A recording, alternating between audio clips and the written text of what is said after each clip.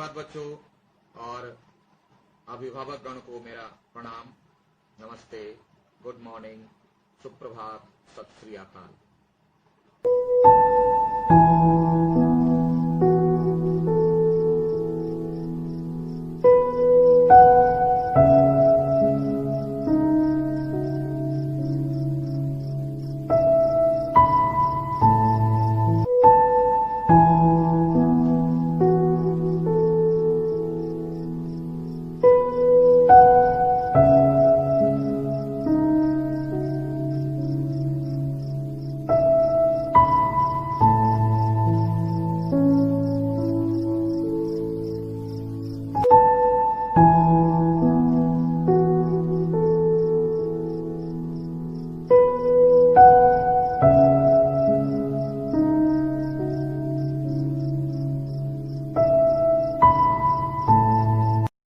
चलिए बच्चों, निकालिए कक्षा 10 के लिए साहित्य सागर।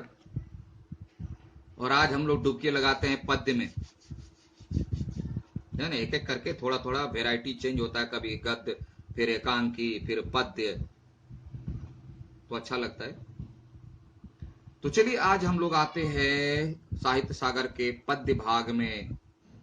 पद्य भाग में डुबकी लगाते हैं। डुबकी शब्द का प्रयोग इसलिए करते हैं कि डुबकी शब्द का प्रयोग इसलिए करते हैं कि साहित्य, इसके पहले एक दोहा सुना देते। तंत्रीनाद कवित्त रस सरस राग रति रंग, अन बूढ़े बूढ़े तिरे जे बूढ़े सब अंग। नहीं समझ में आए, बता दे। तंत्रीनाद संगीत, तंत्रीनाद कवित्तरस, कवित्तरस मतलब कविता का आनंद। तो कविता मतलब सिर्फ कविता नहीं, साहित्य, पूरा साहित्य, पूरे साहित्य को भी कविता कहते हैं। तो तंत्रीनाद कवित्तरस सरस राग यानी सांसारिक प्रेम। तो तंत्रीनाद कवित्तरस सरस राग रतिरंग, तो सांसारिक सुख और सांसारिक प्रेम में जब तक व्यक्ति पूरा का पूरा 100% डूबेगा नहीं तो उसका आनंद नहीं ले पाएगा। इस डूबने को बोलते हैं डुबकी लगाना। जो ऊपर ऊपर पढ़ा हल्के में वह डूब गया, मतलब बर्बाद हो गया। और जो इसमें पूरे डूब गया यानी पूरा डीप चला गया, वह पार हो गया। इसलिए मैं बार बार कहता हूं ना, कुछ भी करो, दुनिया का कोई भी काम करो, उस समय जिस समय जो काम कर रहे हो तो पूरा का पूरा दिल लगा दो। दूसरा कुछ मत सोचो, जैसे अर्जुन ने लक्ष्य भेदन के समय किया। खाना भी खाओ तो पूरे ध्यान से खाओ, खेलो भी पूरे ध्यान से, पढ़ो भी पूरे ध्यान से, दूसरे जगह नहीं। इसी को बोलते हैं डुबकी लगाना। जब कविता में डुबकी लगाओगे यानी दुनिया की सारी बातों को छोड़ दो, क्योंकि मन तो एक ही है, एक ही है मन, 4-5 नहीं, सबके पास एक ही मन है। अगर ये मन 4 जगह भटका तो जीवन लटका, अटका। इसलिए इस मन को एक ही जगह लगाओ, एक ही जगह अटकाओ, भटकने मत दो। इसी तरह जब उद्धव को अहंकार हो गया कि वह जो गोपियां को समझा देगा, गोपियां तो पागल है, वह कृष्ण के विरोह में, विरह में, मैं समझा दूंगा। कृष्ण बोले अच्छा मौका है, जाओ। तो गोपियां एक ही प्रश्न की, उधो मन न हुजो 10-20। बोले आपको पता है ना, आप इतने बड़े ज्ञानी हैं, किसी भी व्यक्ति के पास मन कितना होता है? बोले 1। तो सुन लो मेरी बातें। गोपियां कहती है उधो मन न हुजो 10-20। मन 10-20 नहीं होता है, एक थ्यो जो गयो श्याम संग, कौन भजो तो रसीस। एक तो मन था, वो तो कृष्ण के साथ चला गया। अब तुम जो ज्ञान दे रहे हो उसकी ताली कौन बजाएगा? मन ही नहीं। तो आप किसी भी चीज में ध्यान ऐसे ही लगाइए। इसी को मैंने कहा चलिए आज कविता में डुबकी लगाते हैं मिलकर के। चलिए आइए। कवि शिव मंगल सिंह सुमन, इनके बारे में समझना हो थोड़ा सा नीचे पढ़ लीजिए इनका बैकग्राउंड। और एक बात हमेशा याद रखिए, प्रत्येक रचनाकार मतलब चाहे कहानी लिखने वाले हो, निबंध लिखने वाले हो, कविता लिखने वाले, कोई भी हो, दो ही चीज होती है।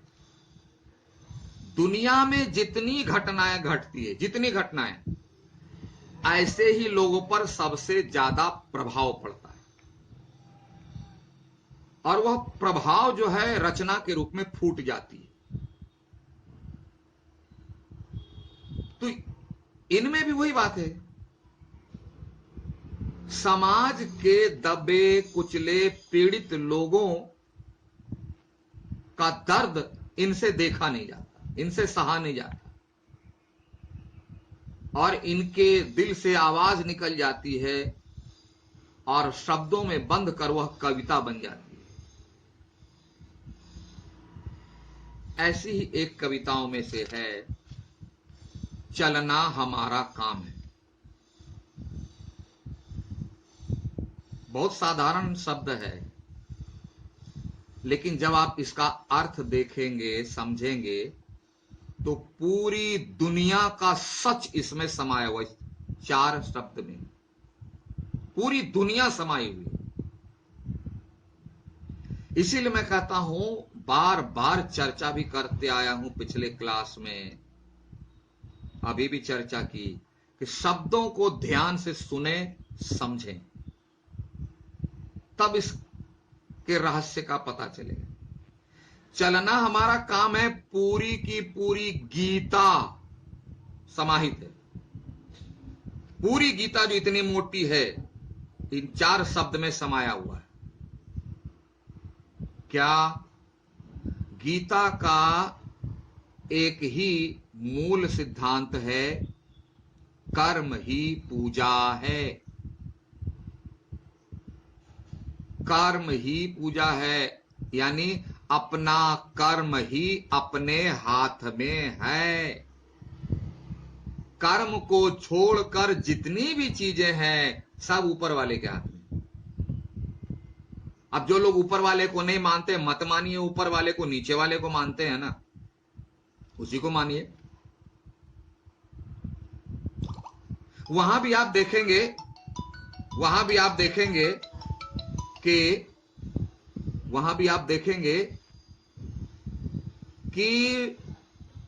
कर्म के सिवा आदमी के हाथ में कुछ भी नहीं है। कभी कभी आपको सुनने को मिलता होगा, मेहनत सब कुछ कर सकती है।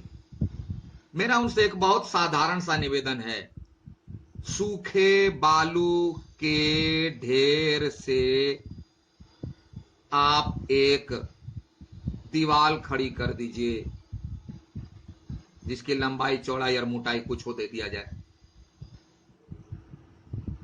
नहीं होगा। मेहनत, सिर्फ मेहनत से।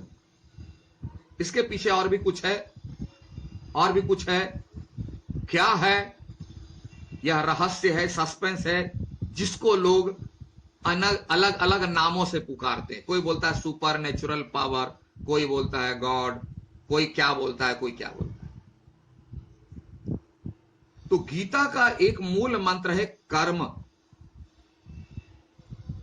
व्यक्ति के हाथ में सिर्फ कर्म है, वह कर्म करता चले, सत्कर्म करता चले, परिणाम अवश्य मिलेगा, परिणाम अवश्य मिलेगा। अब इसको ध्यान से समझिए, कर्म को करने के सिवाय अगर हम इसके परिणाम पर भी ध्यान दें, तो कल्पना कीजिए कि हमारे पास 100 कैपेसिटी है, 100 में 5% हम दूसरे काम में लगाते हैं, ये इसका परिणाम क्या होगा, इसका रिजल्ट क्या होगा? तो 100 में से 5 तो माइनस हो गया, तो हमारे काम में कितनी ताकत लगी? 95, 5% लॉस हो गया। और अगर हम परिणाम ना सोचें, सिर्फ अपना कर्म करें, अब कर्म करे का मतलब झूठ मूठ का कर्म नहीं, कर्म करने का मतलब योजना बनाकर पूरे मनोयोग से लगातार, तो 5% जो लॉस हो रहा था 100 का 100% अपने काम में लगा तो इसकी क्षमता बढ़ेगी ना। इसलिए गीता में भी कहा गया कर्म प्रधान विश्व करी राखा। कर्म प्रधान विश्व का, पूरी दुनिया कर्म पर डिपेंडेंट है। यहां कवि ने यही बात कही, चलना हमारा काम है, यानी कर्म करना हमारा काम है। एक लाइन है ना पूरी गीता, चलना हमारा काम है यानी कर्म करना अपने हाथ में। आदमी कितनी योजना नहीं बनाता है, मैं कितनी बार बहका चुका हूं। बहुत तो मेरी बात से सहमत नहीं होते, तो मत सहमत हो, कष्ट तो हमको होने वाला है नहीं, मानोगे तो फल मिलेगा, नहीं मानोगे तो भोगना पड़ेगा। रावण आया अपनी बुद्धि लगा के चला गया, कंस आया अपनी बुद्धि लगाकर चला गया, हिरण्यकश्यप आया अपनी बुद्धि लगाकर चला। कितने ऐसे लोग आए गए, कुछ नहीं चला।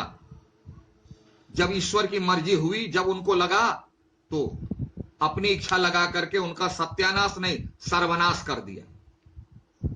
तो बेहतर है भैया अपना कर्म करो ना, क्यों उसमें दिमाग लगाते हैं, अपना समय बर्बाद करते हैं जो मेरे हाथ में है ही नहीं। ये कौन सी बुद्धिमानी है। इसलिए कवि कहते हैं चलना हमारा काम है, यानी हम सिर्फ अपने कर्म को करते चलें। दूसरी बात को छोड़िए, जिसको जो ड्यूटी है वो करेगा, हमारी ड्यूटी क्या, कर्म करना। तो ये हुई कविता का शीर्षक। अब थोड़ा मूल भाव पर आ जाते हैं। कविता की मूल भावना यह कि आज व्यक्ति जो है ना,